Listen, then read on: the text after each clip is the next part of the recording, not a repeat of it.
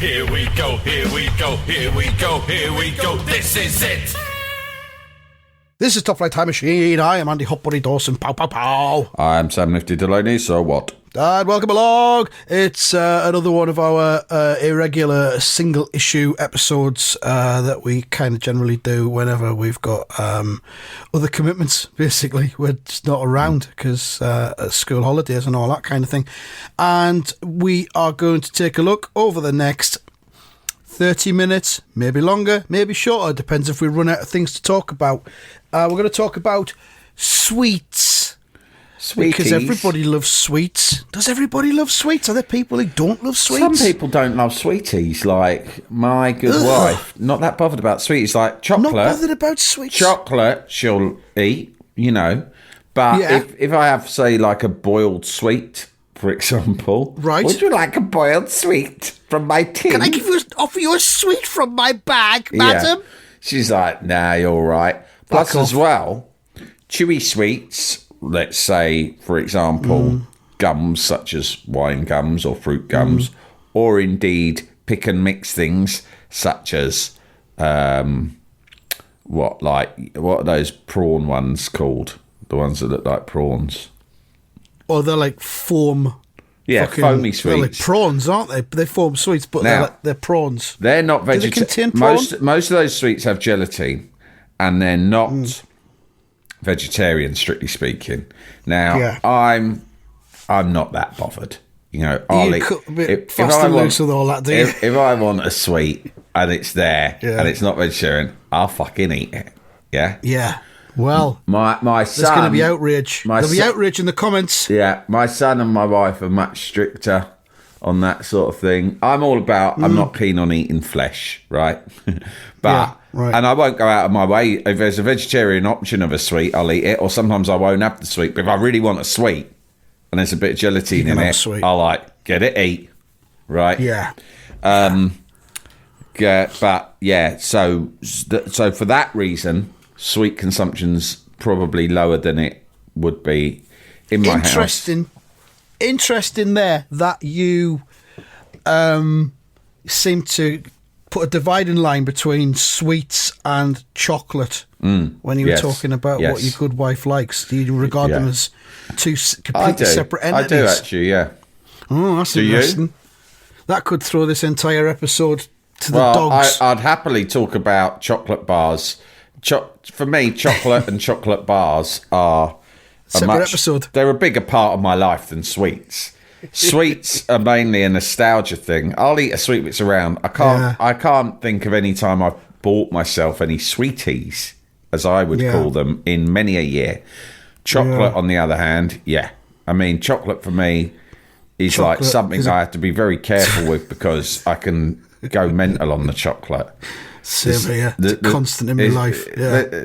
Chocolate is absolutely incredible.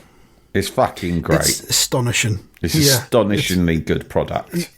I couldn't live without chocolate. I don't think. It's superb.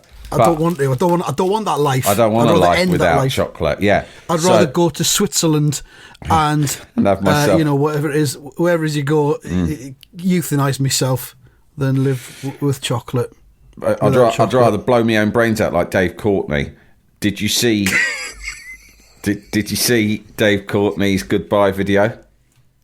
No. And I should add, if anyone thinks we're being disrespectful, both of us have had many professional dealings with Dave Courtney, not in terms of hiring him to beat anyone up or anything like that, more like in terms of us interviewing him as journalists. We've both done it on more than one occasion. I've got a wonderful picture that I unearthed when I heard about his sad passing. I thought, that's a shame. I quite like Dave Courtney. I mean, obviously, rough around the edges guy, and people go, oh, he was a criminal, blah, blah, blah, and I'm sure he did awful things. But, I take people as I find them, and I always thought he was, good fun and very charming and polite. Right, good as gold, absolutely good as gold. Any crimes that he did, he was convicted of, served a sentence, and was rehabilitated. And I believe that everyone deserves a second, and in some cases, third or fourth chance, sixth or seventh chance. But I found a great picture of me, him, and my brother Dom a few years back at the offices of Acast, which is a very funny. I mean, look, Acast, we still work with them. Lovely people, great to work with, blah, blah. But real culture clash when you used to turn up with, I used to turn up with people like Dave Courtney of that ilk when I was making a podcast which featured men of nefarious character. Because they're lovely, largely millennial. Could you say, would it be unfair to say hipster sort of a crowd over there? There's some of that going on, yeah. I don't mean that rudely, but you know, these are young, forward-thinking, they're a different progressive generation. people. They're a very different generation. The association with Dave Courtney came from, let's be honest, our eras of working in lads mags. No, lads mag, very different scene. The office dynamic was very different. Very different in the lads mags than it is at, let's say, Acast. Yeah, Acast. Things have changed, and things have changed for the better. Let's be clear. Yes. But yeah, the funny thing is about this picture is Dave Courtney was there, but it would have been absolutely lovely to anyone. There would have been no physical threats or slaps on the bum to any of the females or the men. No one got their head flushed down the toilet. Nothing like that. But the funny thing about this picture is me, Dom, and Dave Courtney are all posing, and it's a nice picture. But my brother Dom has, for some reason, is wearing a knuckle duster on his fist. Which I think was Dave Courtney's, but may have been Dom's, who knows. And he's holding his fist up with a knuckle duster on. And what made me laugh about, because I found this picture and I sent it to my brother to say, oh, poor old Dave Courtney's passed away, found this picture of us with him. And I said, oh, look, you're wearing a nice knuckle duster there on your fist, I see. And what was funny to me was not that he was wearing a knuckle duster, but wearing a knuckle duster and brandishing it in an environment like Acast. It just seems like a juxtaposition. Certainly in our days on the lad mags, people going around with knuckle dusters, either ironically or unironically, that would have been very normal. You wouldn't have blinked an eye, would you? It was normal. There's not a lot of threat of violence in the Acast office. No, and that's a good thing. So, in retrospect, I probably should have said to my brother whilst he was about to pose for that, do you know what, mate? Yeah. Probably lose the knuckle duster. This is an open plan. Issue a trigger warning first before you put it on. Yeah, send a round office email just saying, FYI, someone is about to do a pose for a photo using a knuckle duster, which for those not in the know is a device worn on one's fist to make so that when you punch someone, it does extra amount of damage to their boat race asterisk face. You're listening to the Top Flight Time Machine Sweets episode right now, if you've just tuned in. But anyway, what Dave Courtney has issued a video posthumously in which, and you know what? I found it quite moving. But what he explains is he's like, and he just says, you know, things have got tough for me with my rheumatoid arthritis, and so that's Courtney out. See you later. Don't mourn me. I've had a great life. And I feel as if for some reason some sort of totalitarian regime got in, say if Labour got in next year and said, well, we're banning chocolate because there's an obesity crisis and it's the NHS is buckling under the weight. I would hate this to happen, but I wouldn't be surprised if you issued a video saying, I'm not interested in living a life without chocolate. It wouldn't just be me. The internet would crash, I think, with all of the farewell videos that were put out. I don't have access to a shotgun, but I am going to catapult myself in the mouth with a firework. I'm going to catapult. I've set up a system in my rig where I'm going to sort of set off a catapult that fires a rocket into my gob. And I'm hoping that my head, that all sparks, colourful sparks will come out my ears and nose, and then my head will spin off and explode in the sky. And it will at least provide some entertainment for the local children, especially if my head flies out of my chimney chute and into the sky and explodes in a kaleidoscope of pretty colours in the night sky. I'll try and align it with the fireworks season, or at the very least the beginning of it, which I think is the end of September is when it starts now. Here lies Fireworks. Andy Dawson. Anytime end of September. Here lies Andy November Dawson, who fireworked his head off due to a chocolate ban. You never know, though. You never know how life's going to turn out. But You want to be fucked to death by Grace Jones? It was ideally. Well, there's no guarantees. If she's not there? available, you would consider fireworking your own head off as a backup. Yeah. If the chocolate ban came in, I'd be straight on to Grace Jones's people. Yeah. Listen, to see what could be arranged. I know it's a long shot and her schedule's busy, but you might have heard, you might have seen in the news that there's been a chocolate ban announced in the UK. So I need to very quickly hurry through my own death. Check out. It's time for Dawson to check out, to leave the building. I mean, I do have a not insubstantial sum of money put aside for the Grace Jones plan, but the problem is, would she regard that as prostitution? Do you know what I mean? To accept money. I would hope that she'd see it as a service. As a service. Yeah. As an act of humanity. She's quite welcome to donate it, or for me to donate it to the charity of her choice instead. Yeah. Do you know what I mean? And get around it that way by proxy. She can still fuck me to death, and money will still leave my account, but it doesn't have to go to her. It could go to you could children. hold it in her solicitor's account. It could be held there until such a time that you have died. Sue Ryder, wherever. Yeah. Whatever a charity of her choice is. I think she works in a Sue Ryder from time to time. Yeah, now and again. She helps out. Yeah, Beckenham, I think it is. Not behind the till, but out room. the back, just sorting things. Sifting, yeah. She's a sifter. Sifting through donations. I'm a sifter at Beckenham. Sue Ryder. I try to do at least one day every month. Please, no more jigsaws. Here, and remember, we cannot accept electrical appliances. The post-COVID jigsaw donations are out of hand. We can't shift them fast enough. Yeah, there's a massive jigsaw build-up. I bet there is. I've still got apparently, in some African countries, and this is really horrible. I don't know whether Attenborough's covering this on the new Planet Earth, but apparently there are mountains. And I mean mountains, like they say it's like a mountain range to the scale of the Alps, made up entirely of discarded jigsaws, entirely from the Western world, of course, more Western world exploit in Africa, and they just get shipped over there, and it's just like a huge, it's a jigsaw pit, effectively. I don't know why people aren't burning them in wood burners instead of logs, because it's kind of the same thing, isn't it? Provide heating. I think it's because of the print of the picture. The print is toxic. Yeah, it's toxic. It'll give you. You could inhale ink poisoning. You can't breathe in a burning jigsaw. No, you'll die. It's actually lethal. That's a good way to go. I suppose if the firework thing doesn't work out, I'll burn all the jigsaws in the garage. Yeah. He gassed himself with a jigsaw. It was his time. They say it's the coward's way out. I believe it is the gentleman's way out. He gassed himself with a burning jigsaw in an enclosed garage.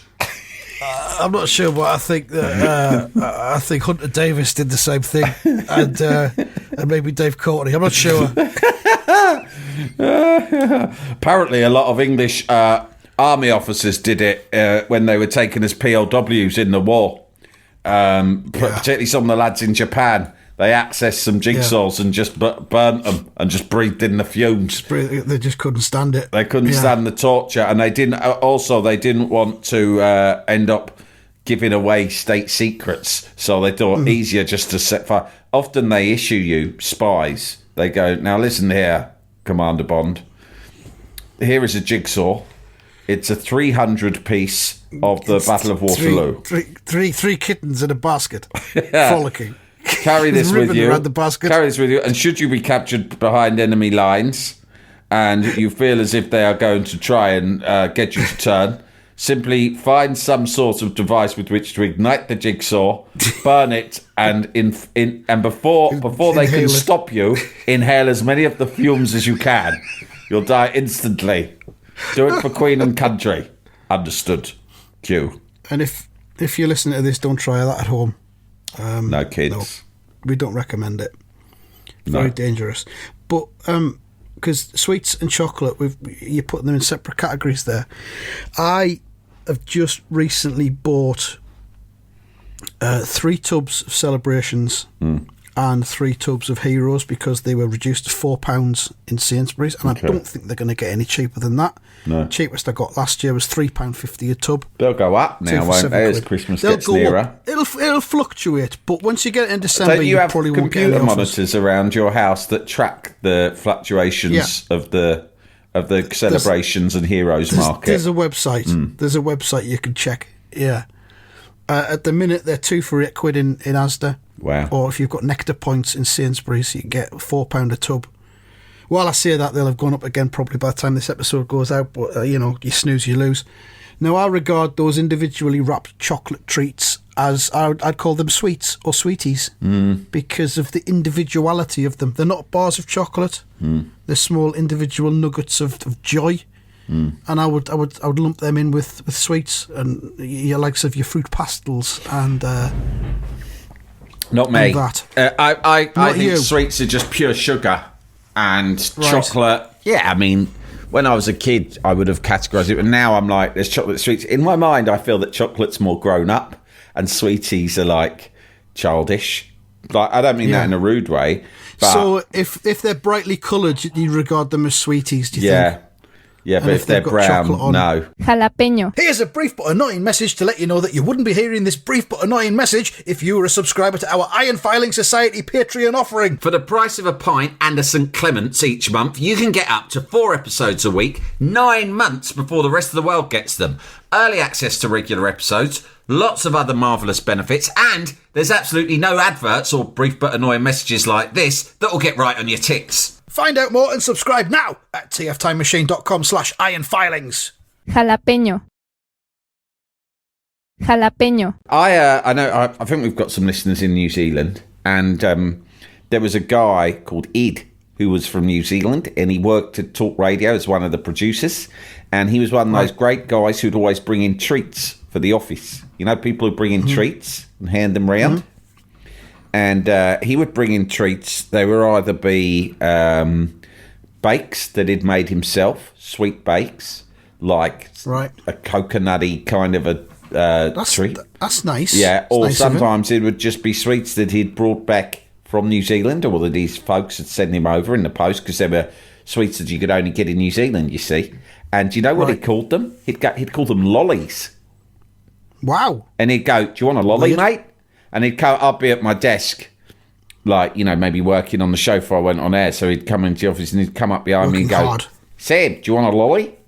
And I'd be like, "What? Do you want a lolly? What? You're offering me a fucking what? What's the matter with you? A fucking lolly? Fucking Kojak." Fair enough. I can see some resemblances, but I'm not. What do you think this is? The good shit fucking lollipop? Fucking lollies. And then I'd look in the bathroom and he's got fucking lollies on a stick.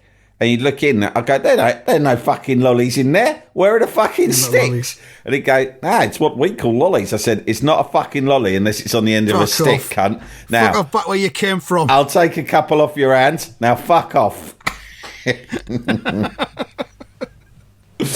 It used to entertain us no end, me and the lads on my show. Do you want a lolly, mate? I still say it. I might text one of them that in a minute, actually. Do you want a lolly? Do you want a lolly, mate? Do you want a lolly? That's it. That's interesting, because I was doing a bit of thinking before this episode. I know we generally just riff these, but I was thinking about sweets, and I was going to ask you, are there any sweets that are kind of local to London in the same way that jellied eels are? Oh, the London sweets, it suffer to the old.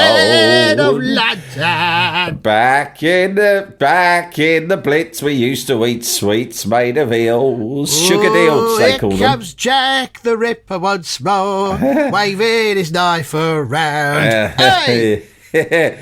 Oh, the little kiddies eating sugared eels straight from the Thames, full of crap. I can't think of any Cockney sweets. Nah, can't think of a Cockney sweet. There might be one. Someone will correct me. It's the sort of thing Robert Elms would do. And he said, "Hello, London. Today we're talking about London sweets. London, of course, has a great tradition of sweets going all the way back to Dickensian times. And we've got an expert who's written a 5,000-page book on the subject, joining me in the studio. But first, here's a bit of Sade." Yeah, no, well, I don't know. We've got, I don't know if they're specifically northeastern, but they're made by a northeastern company. They're called Black Bullets. Ooh. Are you aware of Black Bullets? Never Ever heard had of Black them. Bullets? No. Now they were popular with local miners apparently, and they are spherical, just little balls, dark brown. They're not black; they're dark brown, and they've got just 3 ingredients. It says here: sugar, glucose, and peppermint oil. Now that's a sweet. That's a pure sweet. That's a fucking sweet. That's a pure sweet. And we used to get these when I was a kid. Used to get them in a tin, and there's about 100 of the fuckers in a tin, or you can buy them individually in bags from sweet shops, made by a company called Jesmona. And I don't know where you get them now. I'm not sure how prevalent they are. You can definitely get them in Beamish, which is the Northeast Open Air Museum, which you would fucking love, Sam. Yeah, that You sounds should come very up here. appealing I'll to take me. you around Beamish. Yeah. You'd love Beamish. But yeah, I'll get you some, and I'll send them down. Oh, You yeah, can I'd like to them out. try them. Yeah, I mean, different countries do have, and regions have their own sweets. Sweden, my mate's Swedish, and they have those things called Swedish fish, I think they're called, and they're sort of like licorice, but they're salty. Yeah. I mean, honestly, the first one I put one in my mouth was the most vile thing I'd ever tasted in my life. But they're bang popular with the Scandinavians. Yeah, but they have that tobacco stuff that they put under their lip as well, though, haven't they? they? Snus. Absolutely Yeah. ridiculous. Some of the Yeah, things they get up. One of my mates was a student, and he used to. He lived with a Swedish guy, and he got him into this called snus, I think it was called, and it's just a little tobacco pouch thing. You put it underneath your lip, and the tobacco just infuses into your system. And I think the footballers were properly into it a few years ago as well. Really? There was a big cult of it among footballers. That can't be good for you, no way. Snus. No. Snus football. There we go. This is just fucking hell. This is September 2023. Investigation into nicotine-based snus use by professional footballers, and this is on Sky News. Why? Why would they do that? Sounds horrible. The PFA are working with academics amid a high level of concern over the health impacts. It's not a banned substance, but it's illegal to buy it in the UK. A smokeless tobacco product from Sweden, which is packaged similar to a tea bag sachet and placed under the top lip. Professional footballers, including Premier League stars, have been repeatedly warned over its use, which has been linked to heart conditions, oral disease, and decreased physical performance. Jamie Vardy is a prevalent user. Of course he is. He talked about in his autobiography it helped him to, inverted commas, chill out. Former Sunderland coach Lee Johnson also spoke about it and likened it to smoking 3 or 4 cigarettes at once. Ooh, So, yeah, the footballers seem to be still banging. maybe it's just a way of staying off the fags. Might be a way of staying off the fags, you know. But it's a more intense hit, I think, than fags are. Turbo fags. So, turbo fags. Well, I ate a fag under the once lip. when I was a kid, and it was. You ate a fag? I'm sure I told you about it. Like, I was like, my brother had some fags, and like my mum or someone said, "Oh, you know, you shouldn't be smoking." I was really young. I was about like 8, and I snatched his packet of fags off him, and I ran off, and he chased me and went, come here with those fags. And he chased me, and I slipped on the stairs as I was running out. It was a couple of steps out of the kitchen, and I slipped on them and fell over. And as he was making his way towards me in a state of panic and high excitement, I shoved one of the fags in my mouth and ate it. And I immediately just spewed up on the carpet. Fucking hell. And then I wet myself. And then I went to bed. But yeah, it weren't nice. I've never been tempted to put tobacco in my mouth ever since. But that's a regular punishment, isn't it, for when dads find their kids smoking underage? So why did I impose that punishment smoke them all on myself? They make them smoke them all or eat some of them as punishment. Then you'll not do that again. But you say you did Right, it to I'm yourself, getting you which on the is snooze, odd. you little shit. Then we'll see. Yeah, so we've gone from sweets to snooze. When you just quickly, I know we'll probably wrap this up soon, but I was thinking probably the main time I would have sweets nowadays, although my mum sometimes buys the kids those Percy pigs from M&S and gives them to them. Yeah. She comes round, she goes, "What have I got for you? What have I got for you?" And she puts her hand in her handbag and pulls out 2 fucking bags of Percy pigs, right? That's right, I got you Do they Percy like pigs. And then The kids like them? yeah, they love them. And then I sometimes That's good then. scoff them. I think they do Yeah. vegetarian ones, or maybe they're all vegetarian. But like, I scoff them when they're in bed or like not around. I'll tend to like just do it. Plays havoc with your innards though. If you eat Just a put them fucking under your bag, top- put them under your top lip let and them they just dissolve. It's healthier, isn't it? Like snooze. But probably pick and mix at cinema. I wouldn't get some, but like my kids might get some pick and mix, and I'd like help myself when we're in the cinema. But the thing about those pick and mix from cinema is it's always a bit stale and dusty, don't you think? Especially if it'll mainly be brightly coloured sweeties, but there'll be the odd chocolate thing, like there'll be chocolate raisins or like sort of chocolate Brazil, the large ones, you know. And if you have one of them from a pick and mix at a cinema, that it's not good. There's always something. It's like they've got a layer of dust and they've been there for a couple of years. I've never gone in for pick and mix in cinemas just because of the fucking extortionate price. So of them. expensive, yeah. You know, Unreal. I'm a child of the 70s and 80s, and we grew up going into the Halfpenny shop and getting sweets. a 10p mix-up.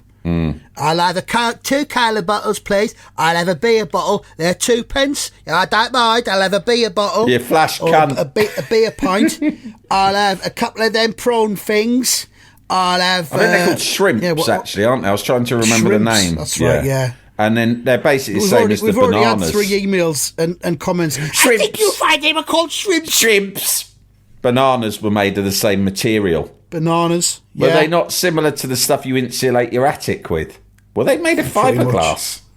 60% fiberglass. Yeah. And then in the 80s, in the 70s and 80s, most sweets were made of fiberglass, but then, you know, New Labour asbestos. banned it. Yeah, asbestos. New Labour banned it, didn't they? They did in 97, thank God. This page that's got the black bullets on Wikipedia. There's a section on traditional British sweets, so there's loads of them listed here. Gobstoppers. Blackpool Rock, Edinburgh Rock, Dolly Mixtures, Fruit Gums, Fudge, Honeycomb Toffee. Oh, I used to love honeycomb toffee. Yeah, lovely. Coated in chocolate, ideally. I'll tell as you well. what I absolutely love. I'm a fan of licorice / aniseed flavours. Yeah. I used to hate it. Like, I love licorice all sorts. But I tell you what I'm a huge fan of. Oh, my God. Licorice toffee. Really? Ah, amazing. You got all the butteriness of toffee with all the aniseedy zip of licorice. Unbelievable, mate. Unbelievable. Yeah. I'd have to revisit licorice because I just hated it when I was a kid. I'm a big I didn't fan. have the palate for it.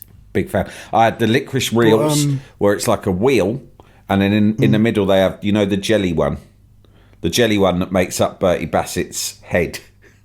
Yes. You know, they come in pink and blue. Yeah. Yeah. That would be in the middle. So you'd eat your chocolate lace, the wheel, and then as a treat at the end, you'd get your aniseed jelly. Yeah, I didn't like them. Didn't like the Bertie Bassett. Didn't like Dolly Mixtures that much either. They were a bit too sweet. Midget Gems. Yeah, quite like Midget Gems. Dolly Mixtures. Did you used to like, I know this is deviating a bit from sweets, but the space powder that you'd put on your tongue Yeah, and it it would crackle. That was brilliant. Loved Yeah, that. but That's I'm probably sure the there was closest we've ever consumer had to League. rumours. Wasn't there consumer rumours about space dust? Probably. There is. Yeah. People will get in touch. Definitely, like I'm sure there was consumer rumours about someone who like They were pulled banned. 3 bags of space dust into their mouth once their head exploded or something like that. Yeah. Or if you wash it down with Coke, your stomach explodes. yeah, like Mentos. Yeah. Yeah. Humbugs.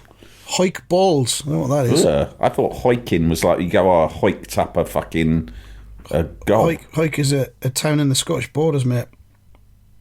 Spelt Hawick.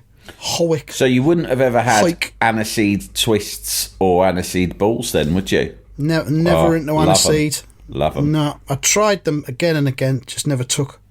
Do you Toffee apple? We're in the toffee apple season, aren't we? Because of fireworks night and all that. Toffee apples Don't are around really like that. Rhubarb and No. custard. If I was getting a quarter of something, I might get a quarter of rhubarb and custard. Do you like... I'd get some cola cubes. This is quite fancy. It's a fancy sweet.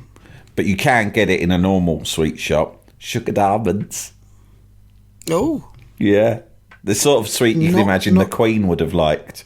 But I like them. Tried them. Are they actual almonds? Or almond in the middle, flavour? there's an almond, and it's encased by an extremely hard, sugary shell. Fucking hell. Pure, hard sugar. Getting back to Beamish Museum that I was talking about, there is an old-fashioned sweet shop in there. Oh, lovely. That's got the big jars of all the different sweets, and they'll sell you some. Yeah. You know, they've got the little shovel and the scales and everything. Yeah, yeah. And you can get a quarter There's a of few whatever of them you in want. the Isle of Wight, like in Cowes, Fucking which is the expensive, though. poshest town in the Isle of Wight. They've got a very old sweet shop, and actually in Shanklin as well.